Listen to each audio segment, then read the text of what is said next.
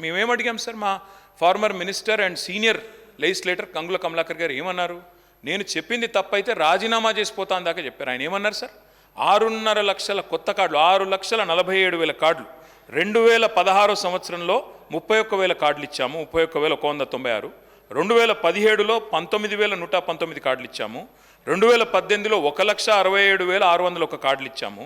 2019లో 99,570 కార్డులు వచ్చినాయి. 2021లో 3,11,025 కార్డులు వచ్చినాయి. ఆనాడు రాజగోపాల్ రెడ్డి గారు లేరు కానీ జగదీష్ రెడ్డి గారికి వారికి దగ్గర మీ నల్గొండ జిల్లాలో గొడవ కూడా అయింది, ఆ కొత్త కార్డుల పంపిణీలోనే గొడవ కూడా అయింది. అధ్యక్ష 2022లో 18,974 కార్డులు. What we have said Uttam Kumar Reddy గారు, మీరు ఒక్క కార్డు కూడా ఇయ్యలేదు అని మాట్లాడితే కొంతమంది సభ్యులు కమలాకర్ గారు మాట్లాడియండి సార్, వారు సమాధానం ఇచ్చారు. ఒకటి. రెండవది, మేమేమన్నాం అధ్యక్ష, కమలాకర్ గారు ఏమన్నారు, మీరు వరి ధాన్యం విషయంలో మీరు చెప్పారు, ఏం చెప్పినారు, మీ మేనిఫెస్టో శ్రీధర్ బాబు గారు చైర్మన్ దీనికి, ఇందులో స్పష్టంగా వరి ధాన్యం 2183 దేనికి సార్, దొడ్డు బియ్యం ఎంఎస్పి.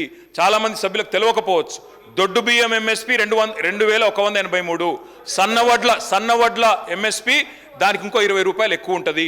మీరు పెట్టింది మేనిఫెస్టోలో దొడ్డు వడ్లకు బోనస్ ఇస్తాము 500 రూపాయలని పెట్టారు, ఎందుకు ఇవ్వలేదు అని గౌరవ సభ్యుడు ప్రశ్నిస్తే దాన్ని బుల్డోజ్ చేస్తూ మాట్లాడారు. మూడో మాట వారు ఏమన్నారు అధ్యక్ష, గౌరవనీయులు కమలాకర్ గారు, మేము అడిగింది ఏంది అధ్యక్ష, టెండర్ల విషయంలో, అది బియ్యం కొనుగోలు విషయంలో కావచ్చు, సన్న బియ్యం కొనుగోలు విషయంలో కావచ్చు, బయట 42 రూపాయలకు 35 రూపాయలకే దొరుకుతున్న సన్న బియ్యం మీరు టెండర్ పెట్టి 57 రూపాయలు కొనవలసిన అవసరం ఏమొచ్చింది, ఆ టెండర్ రద్దయిందా లేదా అని అడిగారు. మంత్రి గారు సమాధానం ఇవ్వలేదు. రెండోది అడిగాం అధ్యక్ష, మిల్లర్లకి మీరు సివిల్ సప్లైస్ డిపార్ట్మెంట్కి మీరు ఏదైతే టెండర్ పిలిచారో, నలుగురు ఎవరైతే టెండర్ పిలిచినాము ట్రాన్స్పరెంట్గా పిలిచామని మంత్రి గారు చెప్పారో, మేము ఏమడిగాం అధ్యక్ష, ఆ నలుగురు ఎవరు, ఆ నలుగురు బియ్యం ఎందుకు కలెక్ట్ చేయట్లేదు, డబ్బులు ఎందుకు కలెక్ట్ చేస్తున్నారు, మా దగ్గర ఆధారాలు ఉన్నాయి అధ్యక్ష, వాళ్ళు డబ్బులు కలెక్ట్ చేసిన ఆధారాలు కూడా మా దగ్గర ఉన్నాయి, ఎవరెవరి దగ్గర ఎన్ని డబ్బులు తీసుకున్నారు మా దగ్గర ఆధారాలు ఉన్నాయి. అందుకే మేము అడిగినాం అధ్యక్ష హౌస్ కమిటీ ఏమని. అధ్యక్ష, this is not a small scam. నేను మంత్రి గారిని అనట్లేదు, ఇందులో మంత్రి గారికి తెలియకుండానే చాలా జరుగుతున్నాయి ఈ గవర్నమెంట్లో. 1,100 కోట్ల కుంభకోణం ఇది, తప్పకుండా హౌస్ కమిటీ వేయాలి. What is this sweeping remarks చేస్తే, స్వీపింగ్ అలిగేషన్ చేస్తే ఏం సార్, వారు ప్రొటెస్ట్ చేస్తున్నారు, మేము వారు అడిగిన డిమాండ్ను తిరస్కరించాము, ప్రొటెస్ట్ చేయాల్సింది. మళ్ళా తిరిగి డిబేట్లో సంబంధించి yes let them come in different form sir, we are ready to answer. అరే ఎట్లా సార్ ఇది, ప్రొటెస్ట్ చేయడానికి నించున్నాను సార్. మేము చెప్పేది మీకు అన్ని రుచించాలన్నది ఏం లేదు, మీరు చెప్పేది ప్రతిదీ మాకు రుచించాలన్నది ఏం లేదు. That is how democracy works sir.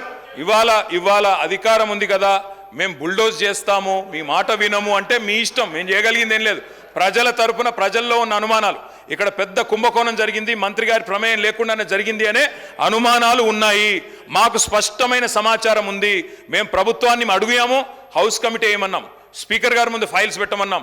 ఈ సివిల్ సప్లైస్ శాఖలో జరిగిన, నేను మంత్రి గారిని నిందించట్లేదు, పెద్దవాళ్ళు ఉన్నారు, 1,100 కోట్ల కుంభకోణం విషయంలో ఈ ప్రభుత్వ వివరణ కానీ, ఈ ప్రభుత్వం యొక్క రెస్పాన్స్ కానీ సంతృప్తికరంగా లేదు. కాబట్టి మేము మా సభ్యులందరం కూడా ఈ చర్చను మొత్తం బాయ్కాట్ చేసి వాకౌట్ చేస్తూ ఉన్నాం సార్. Thank you.